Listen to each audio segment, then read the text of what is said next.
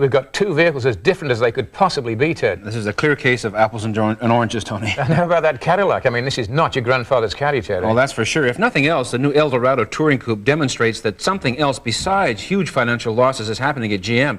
Their cars are getting better. The Eldorado Touring Coupe is the most refreshing model to come out of the Cadillac factory in several years and gets high marks in almost every category, almost being the operative word here. This is a beautifully styled automobile. Cadillac stylists have obviously spent some time gazing at their Eliante because the Eldorado Coupe is very similar in appearance. I've got mixed feelings about the rear roof pillar treatment, but this is an aggressively styled luxury two-door, and it works well. Equally satisfying is the 4.9-liter V8 engine developing a lively 200 horsepower at 4,100 RPM. This is the same unit found in the Eliante and most of Cadillac's other models. A 4-speed automatic transmission is the only choice. I really like this engine. It's quiet during operation, yet has neck-snapping acceleration capabilities.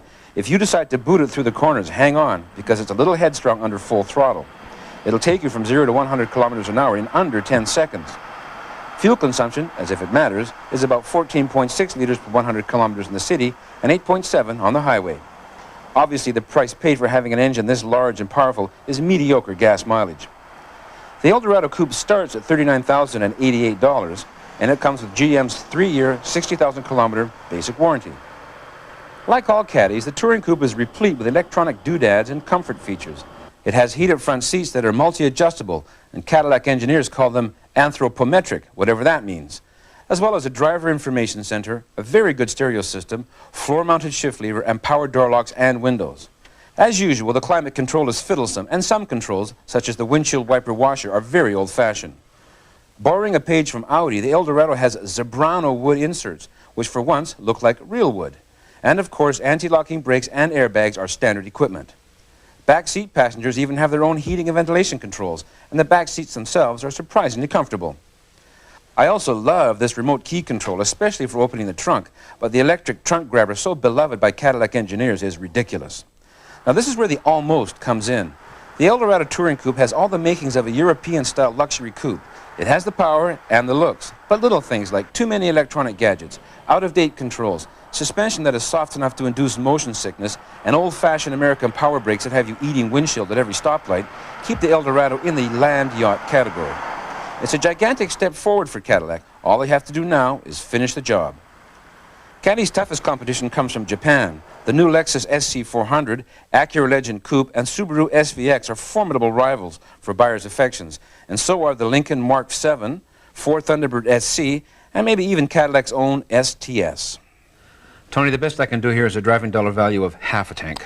Well, Ted, it makes me wonder what you want out of a car, because I think this is a great, great car, I think, in just about every possible way. The only thing I'll take issue with is that the Seville, which is the STS Seville, which is the same basic car but has 4 doors, is just as good or better. It's so much better. So why buy one with 2 doors? That's my main problem with this car. Let me explain. The reason that I'm kind of stingy about this one is the controls in this car are 20 years out of date. If you're going to make a luxury car and you're going to compete in this market segment, especially against the Japanese, you're going to have to do better than that in the control department. They're terrible. I mean, they should be in a truck. They're really old-fashioned. They've got to do better than that. I thought that they did a pretty good job with the controls. I mean, I didn't think there was anything that particularly annoyed me. I mean, I admit there are cars that may be a little bit sportier and so forth, and the way they laid it out, not too much scattering of controls. You'll find those controls in a Cavalier. The windshield wiper thing is exactly the same one. That's not good enough as far as I'm concerned. It's okay if it works properly. And I mean, I thought the interior was quite well planned. The way the dash is laid out, it's certainly the look of the car inside. This nice sweeping lines,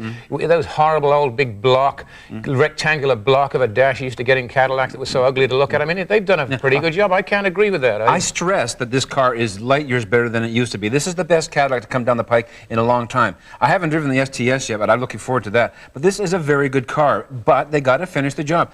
The brakes, no self-respecting European manufacturer would make brakes like that. They're just too grabby.